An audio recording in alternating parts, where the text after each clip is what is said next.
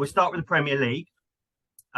Spurs, obviously, one of your former clubs, sitting fourth in the table at the moment, 26 points, but obviously lost to Liverpool at the weekend. And they seem to be conceding first in a lot of their games. I think the last 6 games they've let the first goal in. So, the question really is, what do you think the reason is that, Tottenham are having slow starts to their games at the moment? Well, it's either two things. It's either the manager's setting them up to be very pragmatic, and then all of a sudden when they go behind, they chase the game and they're a lot better playing on the front foot, or they're not listening to him. Can only be two. If Antonio's saying after the game that he doesn't want them to start that slowly, then surely he's told them. And why do they continue doing it? It's a head scratcher for me. I just think that when you play against the top teams, when you give them a goal start, like it did against Liverpool at the weekend, 2-goal start, you ain't coming back into it. With respect to Bournemouth and the like, you can give them a start and come back. But Tottenham are best when they're chasing the game, and it's really disappointing that they have to give these goal starts away. Tottenham have to start winning the head-to-heads against the teams in and around them at the top of the league. And that's something what they haven't done all season. They got a footballing lesson off of Arsenal. They got outplayed at Stamford Bridge and one of Tuchel's last games, but they got a draw. They got a 95-minute equaliser. They go to West Ham away. They draw that game. You get beat at Old Trafford. Newcastle resurgent side beat them at home. And they lose to Liverpool. So unless they start picking points up against teams what you think it's an iffy game. I mean, when Tottenham have beat everyone you think they should beat, and when they come up against teams in and around them, you think, well, this could be a tricky game, they lose. So I think they're going to need to start picking up points against the top teams. And strangely, they actually have quite a good record against Man City, don't they? Obviously, but they haven't played them yet because that got called off, didn't it? That one got called off, yeah. But we'll see how it goes on there. But I mean, you sort of answered the next question. I mean, you spoke to Antonio apparently about the negative setup that you feel that he might be sort of employing at the moment, and what do you sort of see him doing differently to sort of put that right? Nothing. Why should he change the way he's always managed? You know what you're getting when you get Antonio Conte. You know exactly what you're getting. Bodies behind the ball, counter-attacking football, and very successful manager who brings trophies to wherever he's been. Hopefully, for Tottenham's sake, he can bring trophies to Tottenham. But he's always had an awful lot of money to spend. He has a knack of getting the owners to spend money. Now, he's got his work cut out with this man, but he didn't do bad in the summer. I like him. I don't think if I'm Antonio Conte and I've had the success what he's had, I wouldn't change. They brought me there for a reason, to get success. Now, judge me at the end of the season. But all I'm saying is what I see. And that's what I do now. I comment on what I see. And what I see, I don't like. But I haven't got to like it. I don't have to like the style of play. He's not there to be anyone's friend. He's not there to entertain anyone. He's not there to bring any youth players through the academy. What he's been brought to the club for is to do what he does, and it's to win. So we'll see what he does by the end of the season. If he doesn't win anything, I don't see him being there. I don't think they sack him, but I just don't think. I don't know. I just for some reason I can't see him being there next season if they don't win anything this year. Yeah, I mean that's one of the. We'll come on to that. Another question we've got there. I mean that sort of leads on as well. I mean they're fourth in the table. They've got 26 points. It's not been a bad start really. It's been a great start really for Spurs. I mean they're actually 7 points ahead of Liverpool. You take that at the start of the season, wouldn't they? 6 behind Man City. All right, it's a couple of wins, but apparently some of the fans were booing Spurs off at half time at the weekend. Yeah. I mean, do you think that that's sort of justified at the moment, or it's just if you've just landed from the moon and you just looked at the league table, fourth in the league, knockout stages of the Champions League, and you hadn't watched the ball being kicked, you would say, yeah, they've done bloody well. But the reality is we've watched it, and I think that we're papering over the cracks a little bit. And I just hope that the results don't start marrying in with the performances, which have not been great. That is why Tottenham fans are not stupid. They listen, if they're going to The Jose Mourinho took Tottenham to top of the league in December, and look what happened to him. As soon as the results started to drop off, the fans turned on him and they got him out of the football club. Now, I'm not suggesting Antonio Conte's Jose Mourinho, because he looks like he's still hungry. I'm not sure Jose had that burn in his tummy like Antonio has. And he still looks hungry for success. And I love the way he is on the touchline and his passion, what he shows. But they're only reacting to what they're watching. And if you don't continue to win, unfortunately, that place, more than any, demands a style of play which he won't deliver, because he's never delivered it. And why should he start now? So I mean, I think you sort of said about, will he be there if if Spurs don't maybe get in the top four, if they don't win some silverware this year. I mean, I think he's been there just over a year. I think his anniversary, Antonio joined the club. Yeah. I think it was November last year. So it's been there a year. He's had a bit of time to bed in. I was looking at his stats today, and the sort of win strike rate, 57%. I mean, at Chelsea and Inter, it was in the sort of early 60s. So he's not a million miles off that. A little bit to go, but if Spurs don't win anything this season or get a top four, you can see him going, can you? Do you think, just on his own accord, maybe? I could. I mean, why? I mean, I listened to him talking and listened carefully he was talking about patience and needing some help in the transfer market. But if he doesn't commit his future to the club, he could leave at the end of the season. So why would you give him any money to spend? So I mean, he's got to have a conversation. He needs to have a conversation with the owners, and he needs to know, and they would want to know from him: are you staying for the long haul? If you are, then we'll persuade our top players to stay, and we'll recruit more players for you to work with. I mean, he's done very well in the transfer market. Kulusevski's been brilliant. Bentancur has been excellent. So he's proven that he can.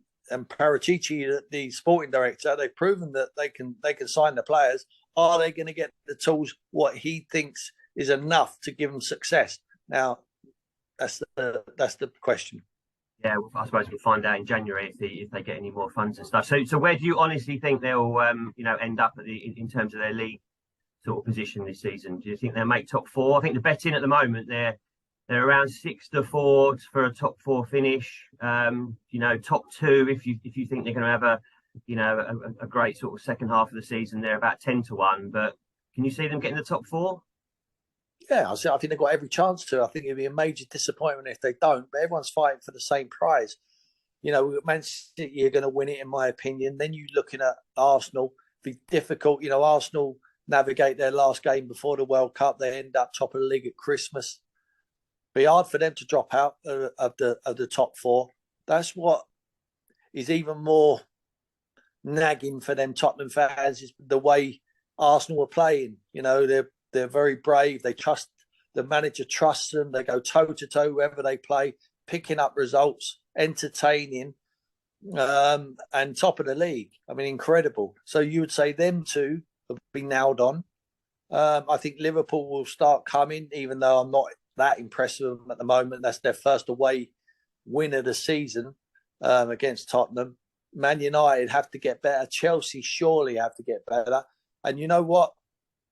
I think Newcastle have to be challengers for the top four. I really do. I think, forget being there. I hear people talking about there or thereabouts in January. You only got to navigate one more game and you are there or thereabouts. Because by the time we come back from the World Cup, we're into January. Then what are they going to do then? If they're still there, I think they go again. I think they sign 3 or 4 players. Eddie's been, I don't think it'd be a scattergun approach. I think he's very astute with his signings. His signings have been excellent. And he's improved the players who have been there anyway. So I think they'll be fighting for top 4 as well. I really do.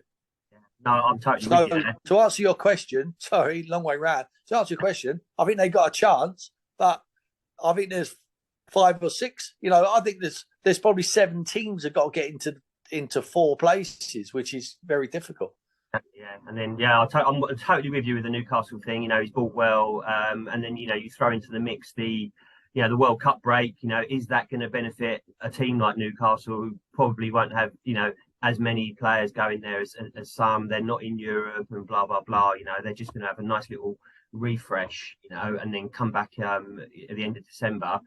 And they're already right up there, as you say. But you know, we'll see. I think they're about 7-4 in the betting for top four. So you know, if you fancy a bit of that. How short is that? I mean, imagine start of the season if you would have given me that. Yeah, it should be a bit bigger, admittedly. I mean, it's only just 74 to 1.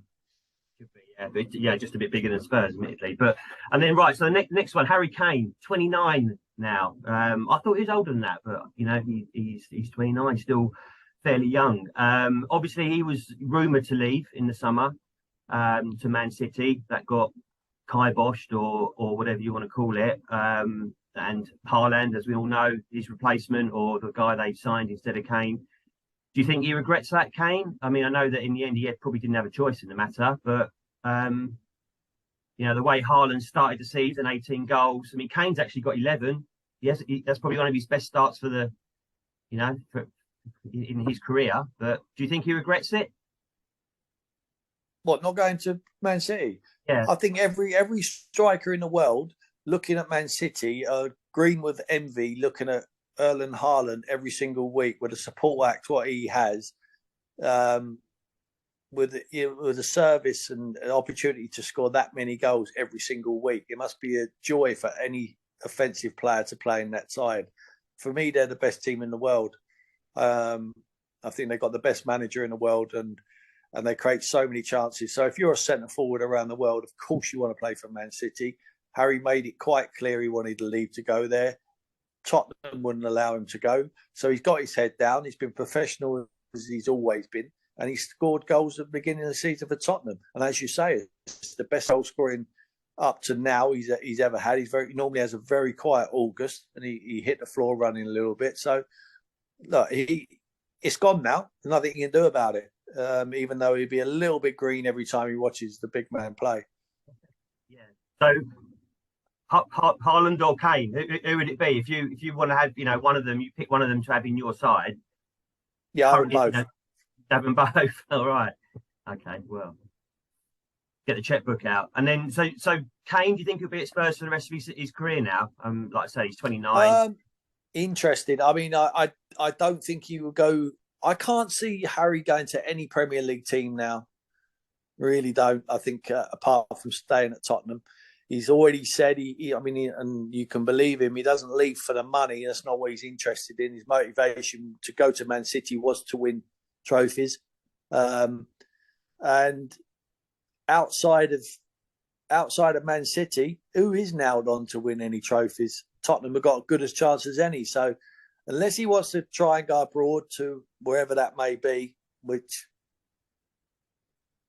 I would never say never, but I would doubt at this moment in time. I think, he probably sees his career out at Tottenham.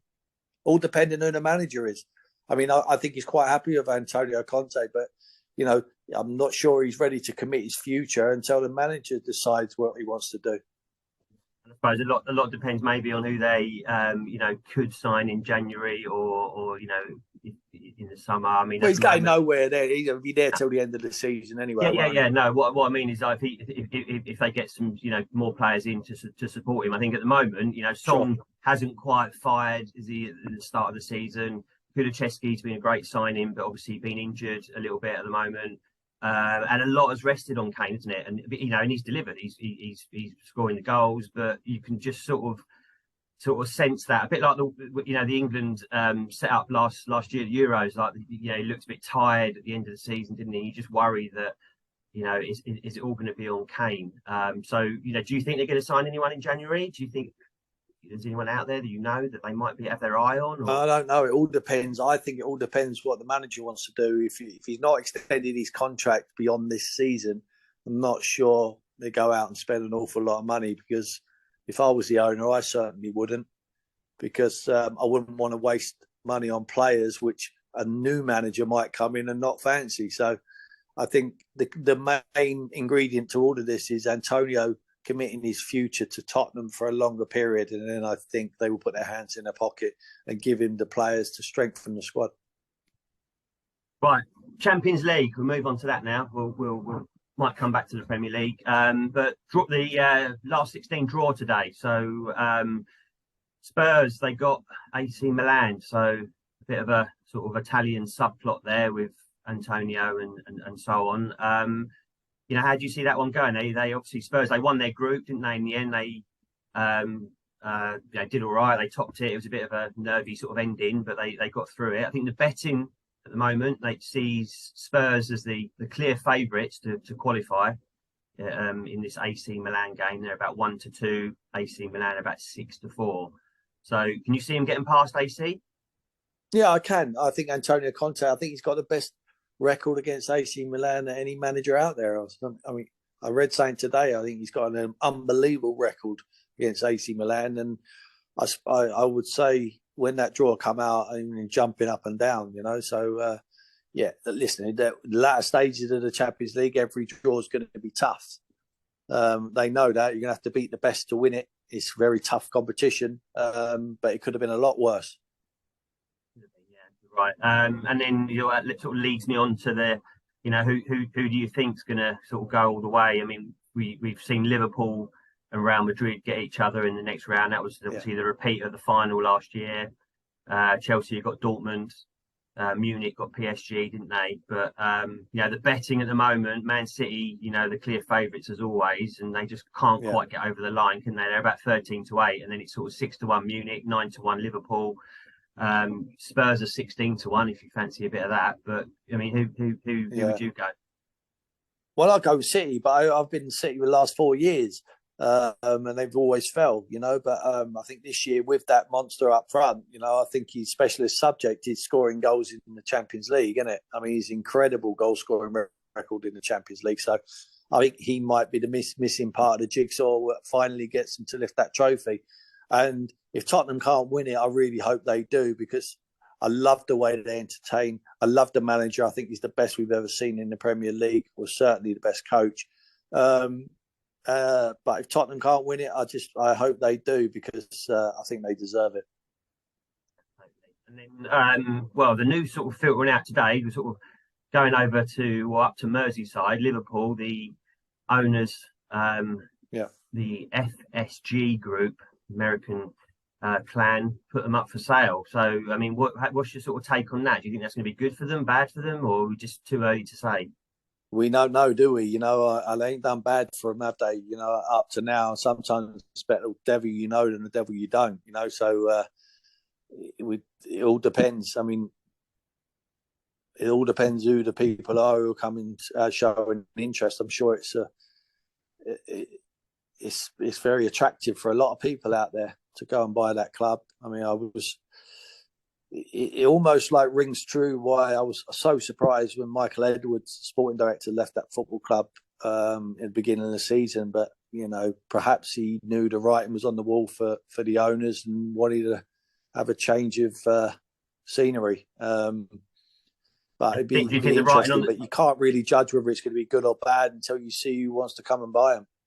No, I agree that, how much money they're going to spend and so on. But I mean, do you think, the Klopp situation, do you think the writing's on the wall for him? Obviously, they've not had the greatest start to the season. Even the top four might be sort of beyond them. I agree with you earlier, what you said. They can only get better, really, and they'll probably have a little surge to get into there. But, they're already sort of betting and forming a market on the next Liverpool manager. Apparently they never sacking him. No one's sacking him. Need their brains tested. Anyone who goes into Liverpool and starts sacking the manager like Jurgen Klopp, I think he would never get away with it. So the only way he's leaving that football club, if he decides that he's taking them as far as he possibly can. I think he's done so well for them. He's almost like part of the family to every Liverpool fan. They all buy into him. All the players buy into him. He's brought success to that club. The only way he leaves is if they have a conversation and they decide to part ways. But whether it's these owners or the new owners, no one will be sacking Jurgen Klopp. So right now we're going to go down memory lane. We're going to go back to your glory days, the Blackburn '95 season. Obviously, you were captain, and Shearer banging the goals in, Sutton, Ripley, So and so on, obviously yourself. So the question is really how, if you sort of plonk that team into the Premier League now, in your opinion, where do you think they'd end up? How'd they fare? Do you think they'd be title challengers? They'd be up there top four or what? Hard to tell with generations, but I would back us to be very competitive. We played different style. We weren't just set in one style. We could have a football match against anyone. Then we could have a fight with whoever wanted to have one. And I thought we had the package. I thought we had a group of leaders in the team who could find a way to get over the line. And obviously we had the best centre forward the Premier League has ever seen. So it gives us a chance. We had the Erling Haaland of the 90s. That'd been a good matchup, wouldn't it? Now you guys against Man City, but anyway, and then Villa, one of your old clubs you managed and stuff like Emre obviously got a win at the weekend. Yeah. It's a bit of a surprise win. I think it was his first against Man United.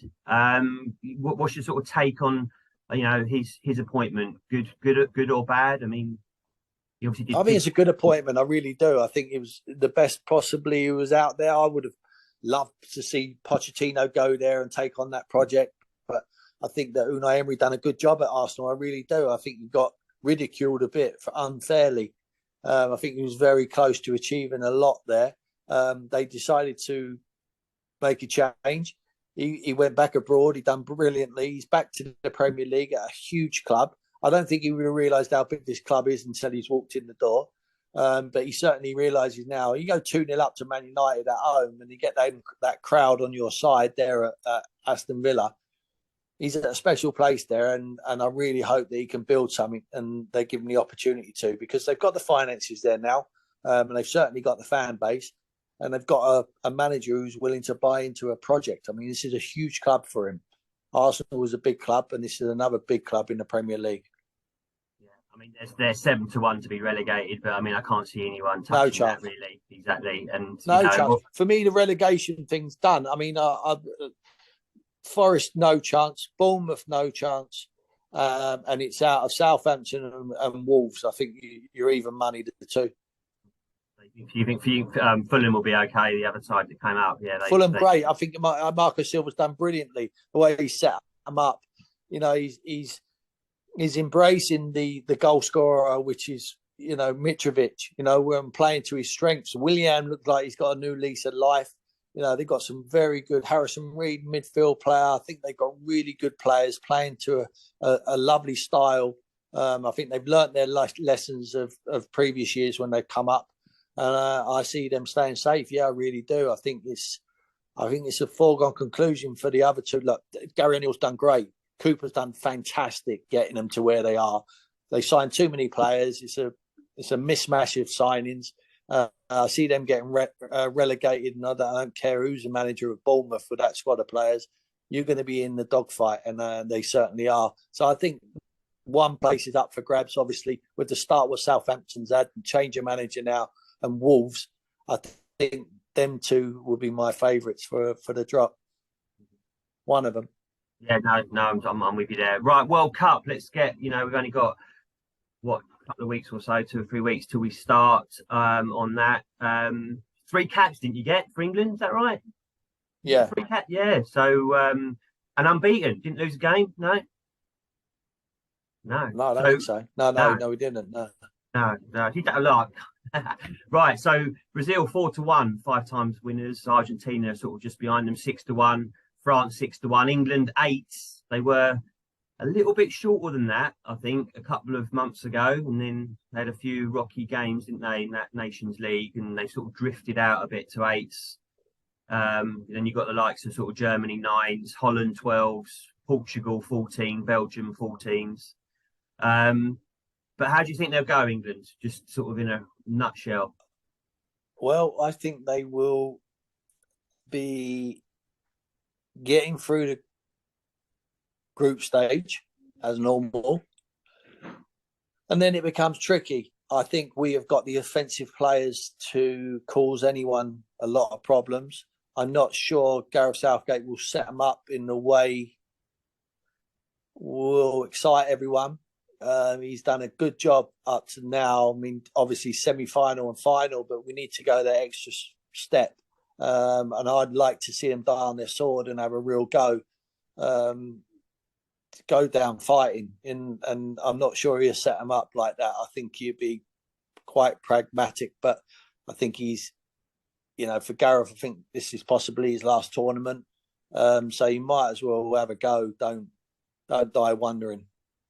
Yeah. So that sort of leads me on. What stage do you think that they would need to reach for it sort of to be classed as a decent tournament for them? I mean, obviously they got to the final of the Euro, so it's is it good to finish in the semi-final and get patted on the back and everyone say that you've done all right? No one ever remembers. You tell me you finished in the semi-final last year, no one knows. No one knows. You only remember the winners. So I think he has to just go for it, just try and win it. Otherwise, just gets patted on the back. No, agree. But you think the group, they'll have no trouble. I think they're about 4 to 9 to get through the group. But it's interesting because US. I was looking at the FIFA rankings, and England are ranked 5th at the moment. USA 16th, probably maybe a bit lower than some people might think. Iran 20th, Wales 19th. So they're not like ranked 50, 60, whatever in the world. And my point being, if you sort of add up all the FIFA rankings for all the teams in the group, so our particular group, the FIFA rankings, they add up to 60, divide that by 4, obviously, and our sort of, average, if you like, for the FIFA rankings for the group is 15. That's, a lot of people going, we've got an easy group, we should get through, and we should. I mean, it'll be a complete disaster if we didn't, but there are potentially some banana skins in there, maybe. Yeah, I don't see it. I'll take anyone's money if they want to have a bet with me. No, all right. I was just trying to win something out of you. So you think, but the overall England odds at 8 to 1 to win it, would you have a bit of that or not? Yeah, it's all right. A bit skinny. Do you know what I mean? For me, when you got squads like Brazil, I saw that Brazil squad. It's like the Ireland Globetrotters, isn't it? I saw that today. I mean, it was incredible. If they can knit it all together, they'll take some stopping. For me, if I'm having a bet with my own money, I'm betting Brazil. Well, obviously they're favourites 4 to 1. I mean, I think it's, what is it? Is it something like 8 countries have ever won the World Cup or something like that? And obviously England are one of them, and Brazil won it 5 times or something. So you're with Brazil at around sort of 4 to 1. I mean, they're going to be there or thereabouts on that. I think everyone. So starting 11, England. Have you had a little thought about that? Have you got a view on that? My starting 11 won't be the same as Gareth's, obviously, but if I was a manager, is that what you mean? Yeah, if you're a manager, I mean, Pickford. I'd go Ramsdale. Oh, right, okay. Yeah. Reece James, if he's fit. Kyle Walker, John Stones, Luke Shaw. So 4 at the back. Declan Rice, 1 as a sitter, one sitter. Bellingham, Mount, Grealish off the left, Foden off the right, Harry Kane down the middle. No one to get the ball off us, but if they do, we might not get it back. And there's plenty on the bench as well, there, isn't there? Like Saka and Saka's unlucky. I mean, he's really putting his hand up for a start for me. Yeah, definitely. But I would just go to new breed. I'd have a real go. I think Stones and Walker are the best partnership. I think that's our weakness. But I think with the pace of Stones and the relationship he's got with his good mate there, Walker, I just think they might be the best partnership at centre back. What about Trent? Reece James for me finds the game easy, just like Luke Shaw does. All right, and sometimes Luke makes some decision making is his problem, but I just think he finds the game so easy. I just think they're great athletes, good pace. Declan Rice is the best holding midfield player we've got. I think he knows his limitations. He's very responsible. And obviously Bellingham over the last few friendlies has just cemented his place in the team. Mount, you got to have in there because he's up and down, how he can score goals, he creates. And for me, if you name a team without Grealish and Foden in it, I think you've missed the trick. because these boys don't come around often and they're special. They can, if they was in the Brazil squad, they'd be playing for Brazil. And obviously Harry Kane speaks for itself. Yeah, exactly. And what's your sort of view, just quickly on that, on the Maddison situation? Because he's obviously, not doing a great deal wrong at the moment. He'd be, there or thereabouts, would he, for you? Absolutely, and we can't do any more than what he's doing. I admire him for the way when the team was out, like turned it around a little bit now, but when the team was very poor, he was the one shining like they had. So he showed a lot of character. He's knuckled down. It looks like nothing more than he wants is a call up to this England squad. But he's just unfortunate. There's so many players in his position and all of good quality. So I think he should be on the plane. I really do. But it depends how Gareth wants to play. And overall, you think Gareth's the the right man at the moment for the job? Well, he ain't going to change him now, are we? He knows the players better than anyone. So, I mean, we will have faith, and trust him. Games in charge, 46 wins. He's sort of a 60% strike rate.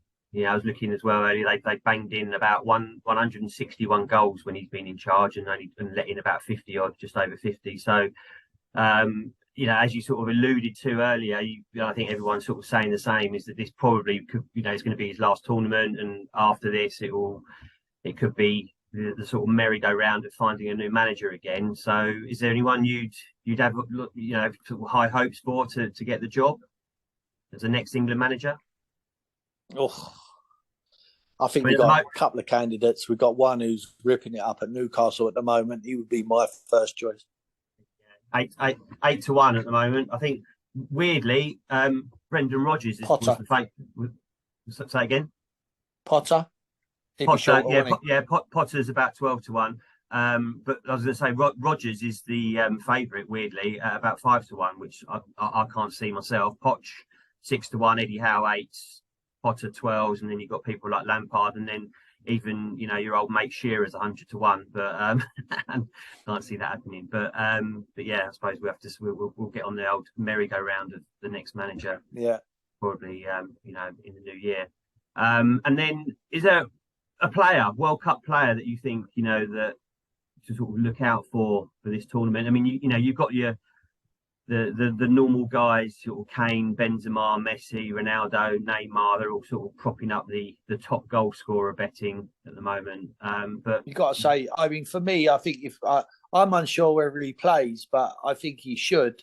But for me, I think you'll see the best of Grealish in an England shirt. But Grealish or Foden are two special players. Believe me, they're special. And another player we've got who's really coming to the front is Jude Bellingham.